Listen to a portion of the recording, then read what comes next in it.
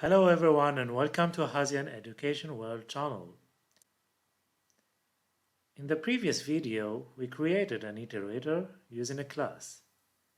The objects of the class were iterators. As a reminder, an iterator object is an object which we can iterate upon and returns its items one at a time. It has the iter and next methods, and these two methods implemented together are called the iterator protocol. I will post a link to the video in the description below if you are interested. Today we will see another way to create iterators, which is quite simpler. We will create iterators by using generators. We will use the same example of creating IP addresses one at a time, which was a kind of a very rudimentary simulation of a DHCP server function. So let's get started.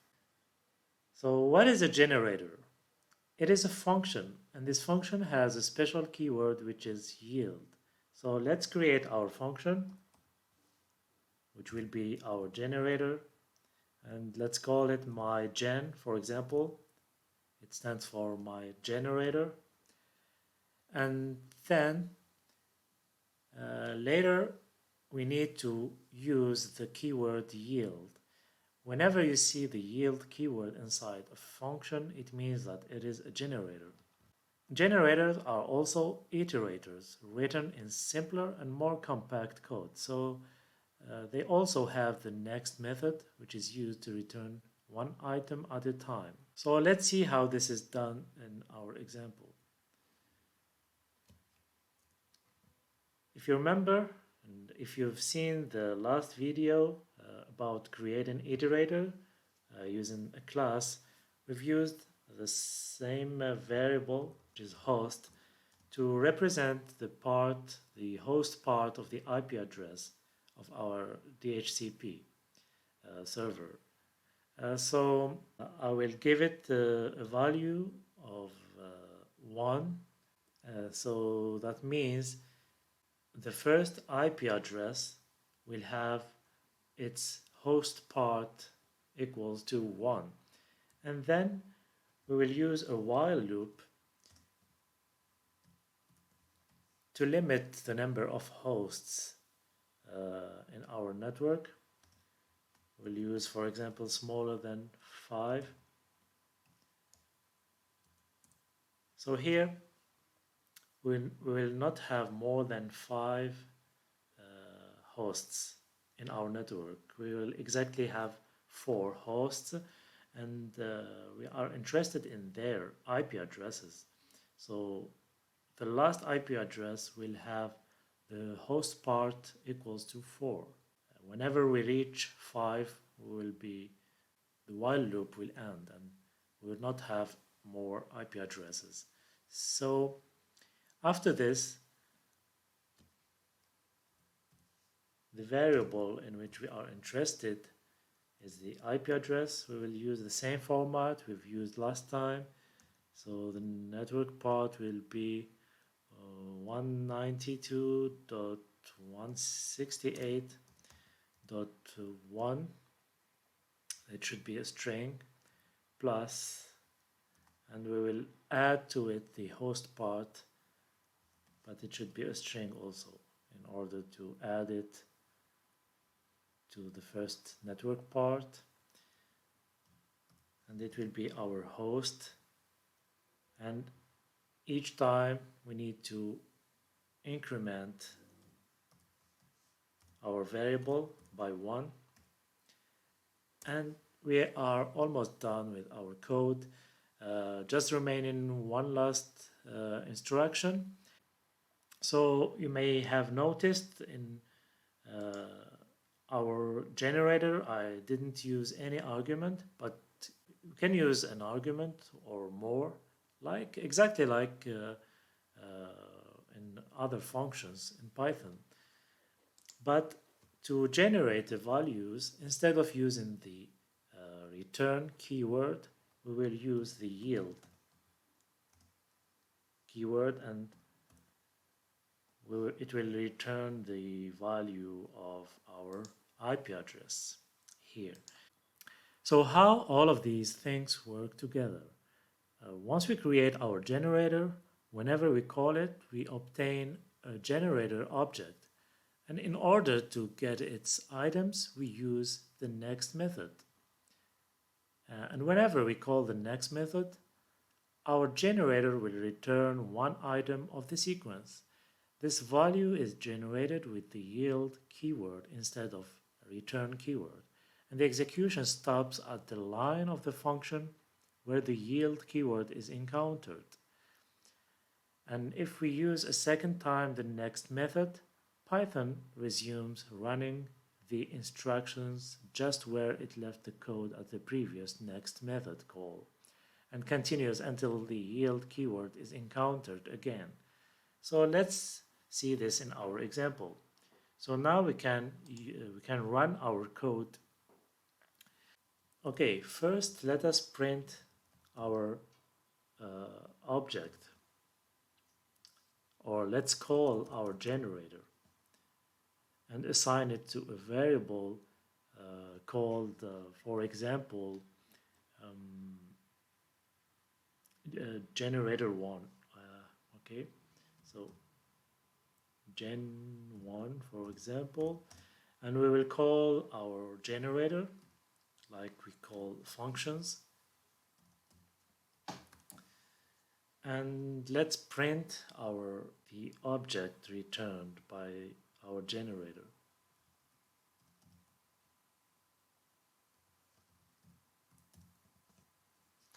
Okay, so let's run the code now. And now you see the type of our object is a generator object. Okay, and the memory location.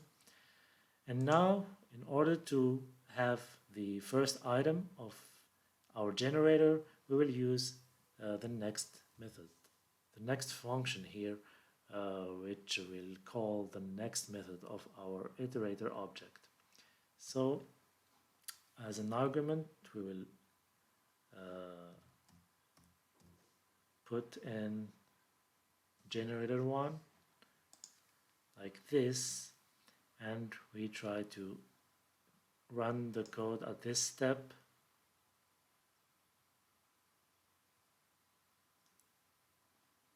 Okay, I forgot to print. We need to print it, of course, to see it in our display. Okay, so let's run it again.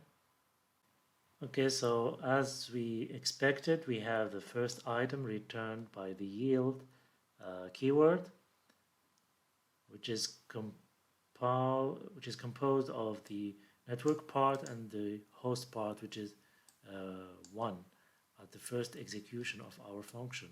So here, when we called the mygen generator using the next function, all these instructions were executed until they reached this instruction, and then it stops. Okay, and if we want to have the next item, we need to call again the next function a second time. Let's try it now. Okay, run. We have 2 IP addresses. Okay, so let's copy it 2 times and paste it 2 times and see what will happen.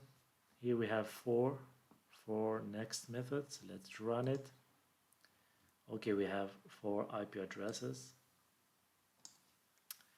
And then let's try to call the next function one more time. And we have the stop iteration error, the same error that we had when we used iterators last time, whenever the items are exhausted. So again, the generator is an iterator, and it has the next methods and the iter methods as well. Okay, we can have more than one yield keyword inside one generator, and I will show you an example now. And by the way, we will see how the execution of the instructions inside our function will stop at the first yield, and then they will resume at the next yield keyword inside the generator. Okay, so after the IP address variable, I will add another yield, and this will return some text. For example, host is colon plus, and I can, for example, the string of the host part. Okay, and I will clear this and remove and keep just one next function call to see a clearer output. So here we have two yield keywords inside our generator. So what I expect is that whenever we call the next function, the instructions will be executed until they reach the yield, the first yield keyword, and it will return this value, and then it will stop. It will not continue executing the remaining instructions until we call again the next function of our generator. So let's run this part of the code, and we see here host is 1. Okay, let's remove this to have clear print. We've already seen the type of our object, so now we will focus on the output. Okay, so host is 1. So what will happen if I will call it another time? I will call the next function another time. So at the first next function call, it stopped here. In the next function call, and the second one, it will resume and start from this line. It will increment the host variable value, and it will yield the IP this time. It will yield the IP address. So let's run again, and you see here this is the output of the first yield, and this is the output of the second yield keyword. So if we call them 2 more times, let's try this. Okay, and this is the result. Host is the number of the host followed by the IP address, and then host, the number of the second host, followed by the IP address. And this shows clearly how we can use more than one yield keyword inside our generator. Okay, so that is the end of this video. I hope that you've enjoyed it. If it's the case, please like the video and subscribe to my channel if you're not yet subscribed, and hit the bell icon to receive notifications about the new videos in Hazian Education World channel. Thank you for watching, and see you in the next video.